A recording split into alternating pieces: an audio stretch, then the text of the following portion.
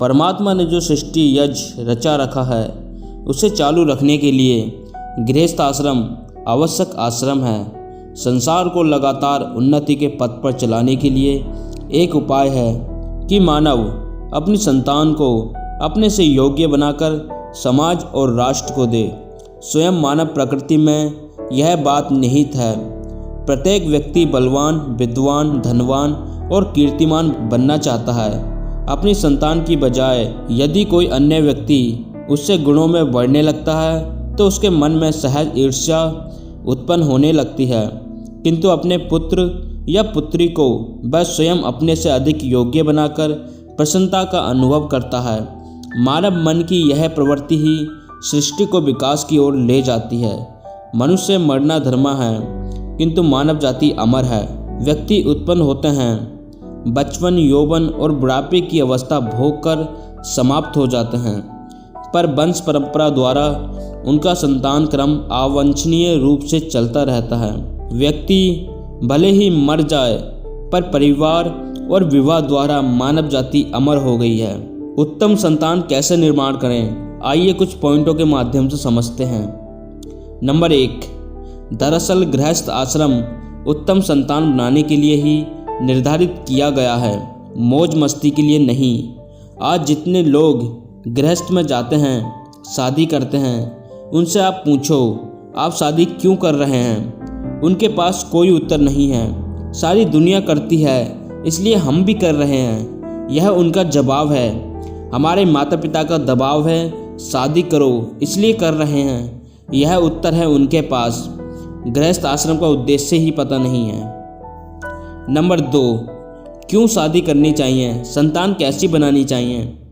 संतान कैसे बनाई जाती है कुछ पता नहीं, इसलिए वो बच्चों को बिगाड़ के रख देते हैं। सीखा ही नहीं कि बच्चों को कैसे बनाया जाता है। यह बहुत बड़ा विज्ञान है।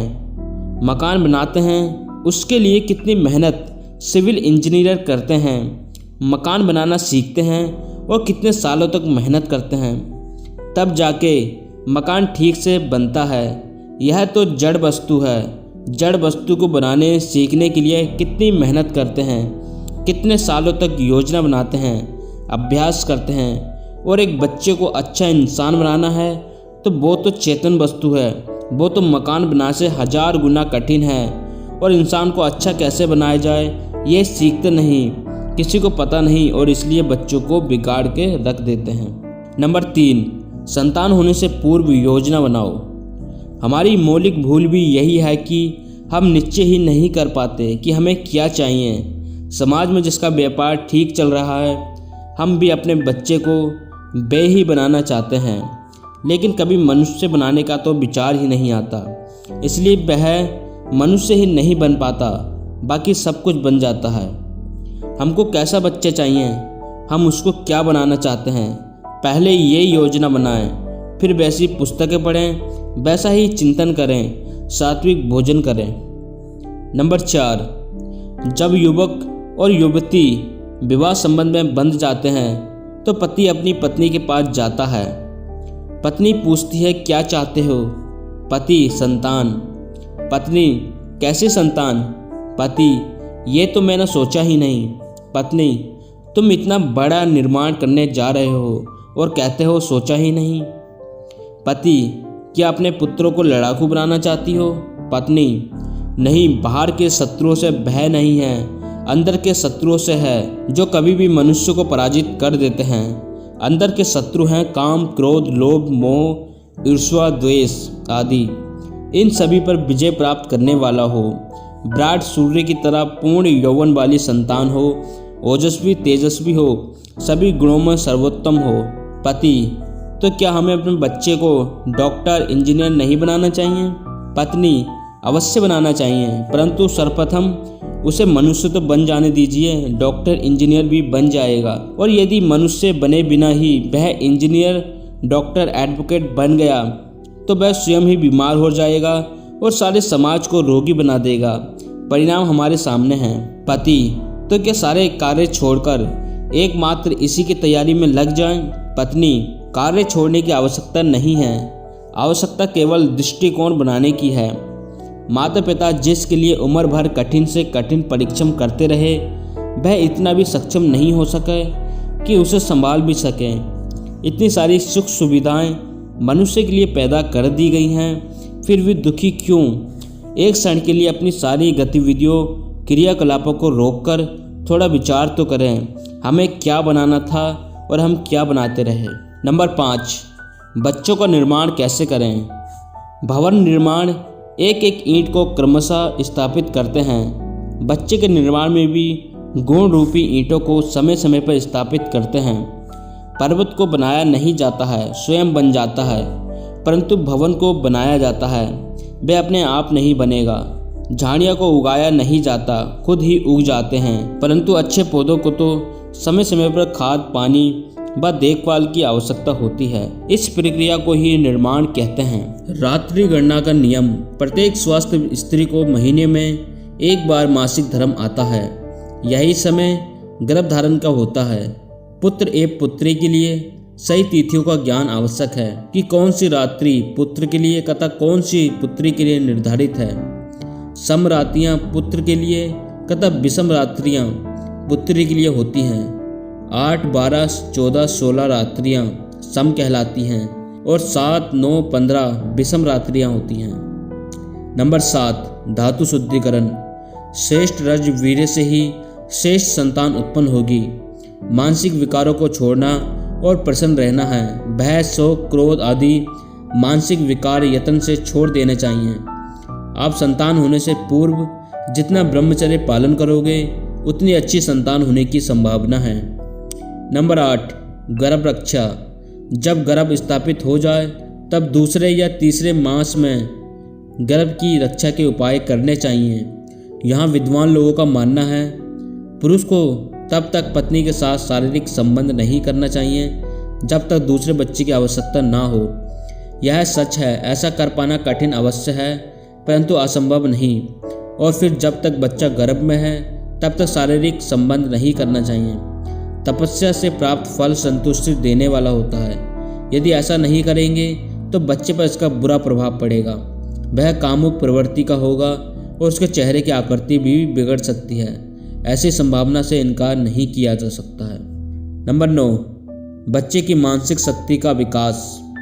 चौथे महीने में बच्चे के मानसिक और बुद्धि का विकास प्रारंभ हो जाता है।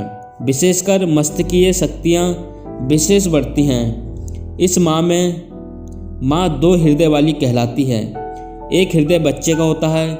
जैसे पौधा अंकुरित हो जाता है तो उसको समय समय पर प्रकाश व खाद पानी की आवश्यकता होती है, वैसे ही विचारों की व संस्कारों की बच्चे को आवश्यकता होती है। माँ को सिर की मालिश करनी चाहिए, इससे मन एकाग्र और शांत होता है। मेधावी संस्कारी जन केवल स्कूलों से नहीं बनते किंतु माताओं के गर्भ से विशेष संस्कार लेकर जन्मते हैं। देश में अधिक आविष्कारकर्ता उत्पन्न करना माताओं के बुद्धि बल पर निर्भर है और उस बुद्धि बल का प्रभाव माताएं बच्चों पर डाल सकती हैं।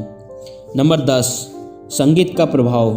डॉक्टरों का मानना है कि 12 सप्ताह का बच्चा बाहर के संवेदनों को ग्रहण करने लगता है। जैसा संगीत उस समय वह सुनता है तो वह उसकी रुचि बन जाती है और जब पैदा होता है तो वैसा ही संगीत सुनने पर चुप हो जाता है। इसलिए यह प्रयास होना चाहिए कि माँ अच्छा संगीत ही सुने।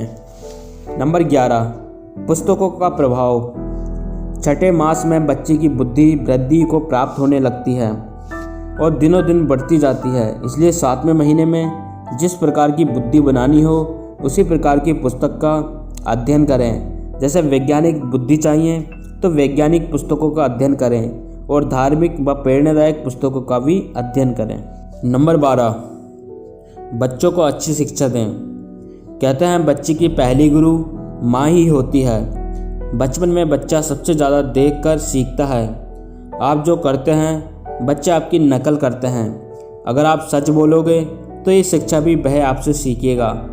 माता पिता की बुराइयाँ बच्चे आसानी से अपना लेते हैं और मैं सभी प्रियजनों से बोलना चाहूँगा कि ब्रह्मचर्य संबंधित कथा कहानी उन्हें ज़रूर सुनाएं। ब्रह्मचारियों के बारे में उन्हें बताएं क्योंकि बचपन की शिक्षा बच्चे कभी नहीं भूलते। नंबर 13, बुरे संस्कारों से दूर रखें। बच्चे को अच्छे संस्कार देने के साथ साथ उन्हें बुरे संस्कारों से दूर रखने के लिए उन्हें जागरूक करें। बड़ों को जब टीवी देखना होता है तो वो बच्चों को गोदी में बैठा लेते हैं। नतीजा होता है बच्चों में टीवी देखने की आदत पनप जाती है।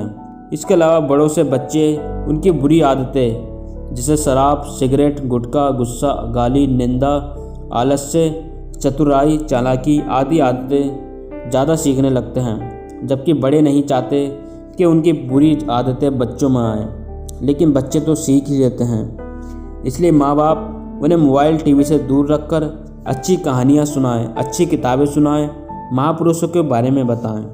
नंबर 14, जोर ज़बरदस्ती ना करें। बच्चे अगर छोटे हों, छोटे बच्चे 5 साल से कम उम्र वाले 2 साल, 3 साल, 4 साल छोटी उम्र के बच्चे नादान होते हैं। उन्हें बहुत सी बातें बुरी होते हुए भी अच्छी लगती हैं। उनको भी आप प्रेम से बतलाएं, बेटा ऐसा करो, ऐसा मत करो। जब बच्चा 15 साल का हो जाए तो उनको ऊपर छोड़ दें कि तुम्हें अपना भविष्य अच्छा बनाना हो तो ऐसा काम करो और यह काम करोगे तो भविष्य खराब होगा।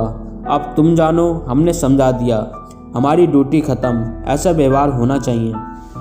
नंबर 15, अच्छे कार्य का उन्हें इनाम दें। बच्चा अगर कुछ अच्छा कार्य करे, अच्छा व्यवहार करे तो उन्हें इनाम दो ताकि वह आगे और अच्छा कार्य करने के लिए उत्साहित हों। उनको खाने पीने की अच्छी चीज़ें दो, कुछ गिफ्ट वगैरह दो, अच्छा व्यवहार करें, उन्हें शाबाशी दें। नंबर 16, बच्चों की गलत बात ना मानें। बच्चे चाहें जो भी करें, जो भी माने कहें, उनकी गलत बात बिल्कुल नहीं सुननी। हाँ, जो उनकी उचित बात है वो तो मानेंगे। अगर वो अनुचित बात कहते हैं, गलत बात कहते हैं, नहीं माने, रोते हैं तो रोने दो, कोई चिंता नहीं, वो ही करवाना जो आप चाहते हैं। अगर आपने बच्चे की उल्टी सुल्टी मनमानी बातें स्वीकार करनी शुरू कर दी, फिर वो थोड़े दिनों में अच्छी तरह बिगड़ जाएंगे। फिर वो आपकी नहीं सुनेंगे और अपनी सब मनमानी पूरी करवाएंगे। फिर आप कहेंगे, देखो भाई, ये कैसे बच्चे हो गए हमारे। हमने इनके ऊपर मेहनत की, इतना समय खर्च किया, इतने पैसे खर्च किए, दिन रात पसीना बहाया और आज ये बड़े हो गए, हमारी बात ही नहीं सुनते। अरे आपने स्वयं बिगाड़ा, आपका दोष है। आपने बच्चों का संचालन करना सीखा नहीं। उनकी गलत बातें मानते रहे तो वो अपनी ही मनमाएंगे, आपकी बात नहीं सुनेंगे। इसलिए गलत बात ना माने और ना ही समर्थन करें। नंबर 17, बच्चों की दिनचर्या तय करें। 24 घंटे का टाइम टेबल बनाओ। रात के 10 बजे सोना है और सुबह 5 बजे उठ जाना है। इसके बाद कोई नहीं सोएगा। जल्दी उठने से स्वास्थ्य अच्छा रहेगा और बुद्धि भी विकसित होगी। इसलिए उनके पूरे दिन का टाइम टेबल बना दें। माता पिता इस बात का ध्यान रखें कि आपका बच्चा गंदी वीडियोस ना देखे, गंदे गीत ना सुने, प्यार मोहब्बत भरी जो मूवीज़ होती हैं उन्हें भी ना देखें। टेलीविज़न कब और क्या देखना है वह भी तय करें। आप उससे ऑप्शन दें। Cartoon, discovery, national geography, CID news, कथा, धार्मिक नाटक देख सकते हैं। इसके अलावा और कुछ नहीं देखना। इसके अतिरिक्त बच्चे को गायत्री मंत्र का अर्थ सहित पाठ याद करवावें और उससे रोज़ पाठ करवावें। बच्चे के गुण, स्वभाव, व्यवहार, आचरण सब गर्भ में ही बनते हैं। इसलिए शुद्ध व्यवहार व आचरण रखें। बच्चे के कर्म ही आपका जीवन भी तय करेंगे। जब बच्चा गलत कार्य करेगा तो उसके लिए दुखी भी माँ बाप को होना पड़ेगा।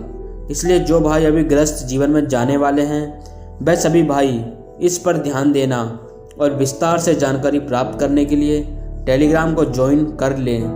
वीडियो कैसी लगी कमेंट में हमें ज़रूर बताएं और इस चैनल को सब्सक्राइब जरूर कर लेना। धन्यवाद। परिवर्तन अब दूर नहीं।